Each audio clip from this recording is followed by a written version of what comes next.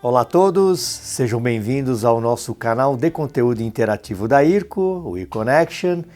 Esse é o nosso canal de entrevistas, o IRCochats. Eu hoje tenho o prazer de receber aqui comigo o José Thompson, diretor da área de M&A da empresa Duff & Phelps, uma consultoria global com foco em finanças corporativas. A Duff & Phelps elaborou pela primeira vez um material muito interessante que foi lançado agora no início de 2019, traçando um panorama, um cenário sobre as perspectivas dos mercados de capitais e de fusões e aquisições. É com isso que nós vamos conversar um pouco mais com o Thompson hoje e durante os próximos capítulos.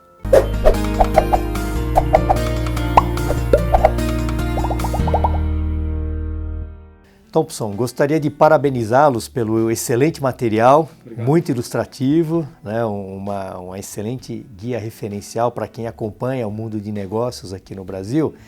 Eu queria que você comentasse um pouco sobre a expectativa e o panorama geral do que foi identificado nesse material de vocês, por favor. Bom, Luque, obrigado pelo convite, obrigado a IRCO pelo convite.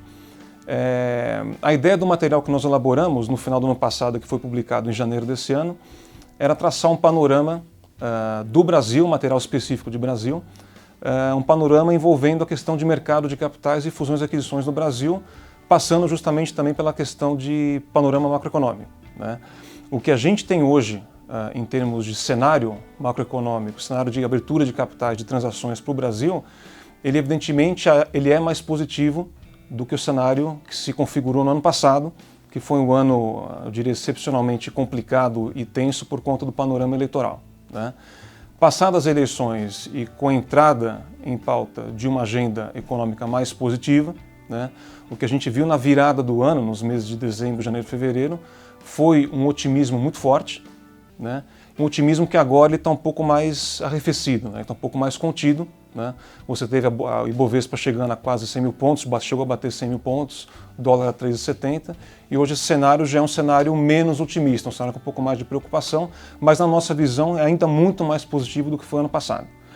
Você teve nessa semana agora a primeira operação de abertura de capital do ano, que foi o IPO da SBF, da Centauro.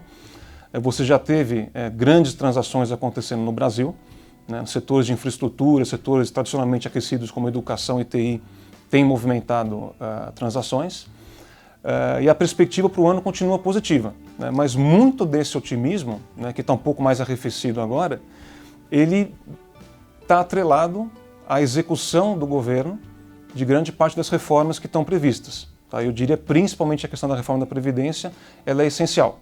Tá? Não só pelo impacto positivo da reforma em si, que é bastante relevante, mas principalmente pelo fato de que ela vai mostrar que o governo tem condições de executar não só essa reforma, mas outras reformas que viriam na sequência.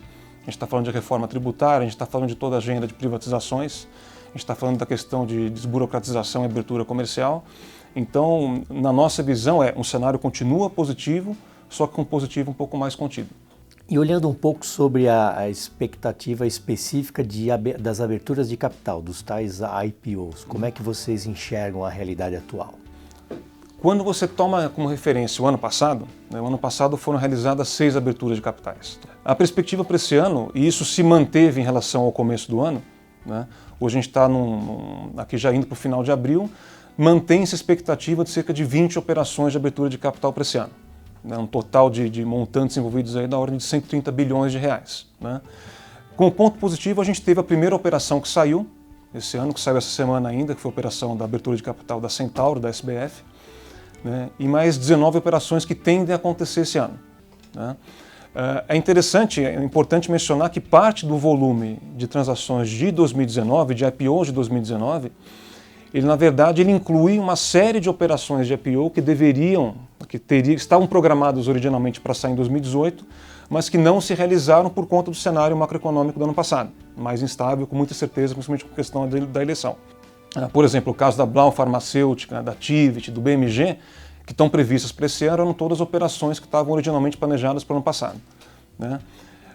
Outra questão interessante com relação às IPOs, e que para nós aqui que a gente trabalha com fusões e aquisições é algo bastante positivo, é que grande parte das empresas que estão indo para a abertura de capital são empresas investidas de fundos de private equity.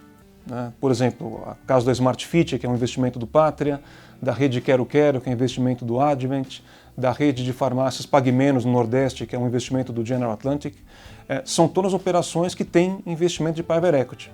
Isso é interessante porque mostra que a abertura de capital, né, quando você tem um cenário macroeconômico mais favorável e mais estável, ela se consolida como uma porta de saída para investimentos feitos no passado.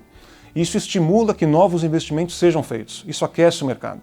A partir do momento que você tem um mercado de capitais, uma abertura de capital como uma saída forte para investimentos dos investidores financeiros, isso acaba gerando um impacto positivo para toda a cadeia de fusões e aquisições. Acaba virando mais uma forma de você realizar um investimento. Então, de novo, saindo da questão das reformas, o governo conseguindo implementar a agenda de reformas mais positiva, né, a expectativa é que você tenha em 2019 um cenário de IPOs muito mais favorável do que foi em 2018, seguramente muito mais favorável do que foi nos períodos de crise, retomando inclusive patamares de anos anteriores, 2010, 2011, 2012.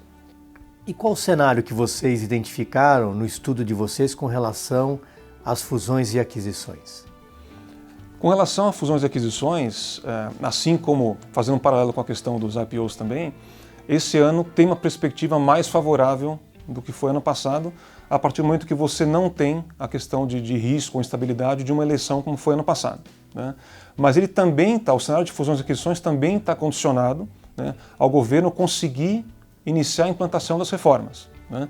Mesmo assim, a gente pode entrar um pouco mais de detalhe nisso depois, você já teve, nesse ano já, nos primeiros três meses e meio do ano, uma série de operações relevantes que já aconteceram no Brasil, que mostram que a confiança dos investidores, não só brasileiros como internacionais, continua elevada. Tá?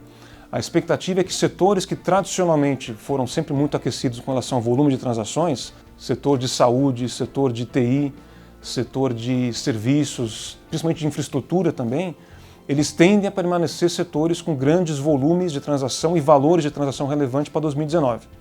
Tá? Mas principalmente quando a gente fala de infraestrutura, né, isso também está muito ligado com a questão de aumento de confiança no governo, né, e diminuição do risco Brasil. Tá? Na perspectiva para 2019 continua sendo positiva. Tá? Isso já foi evidenciado que mesmo num cenário não tão otimista quanto estava desenhado no começo do ano, você já teve aqui no Brasil, até o momento, transações grandes que já foram feitas. Tanto de investidores nacionais, de fundos de private equity, quanto de investidores internacionais. Eu gostaria de agradecer ao José Thompson por essa conversa inicial. Nós vamos dar prosseguimento a essa conversa em próximos capítulos. Gostaria também de agradecer a audiência de todos. Até a próxima.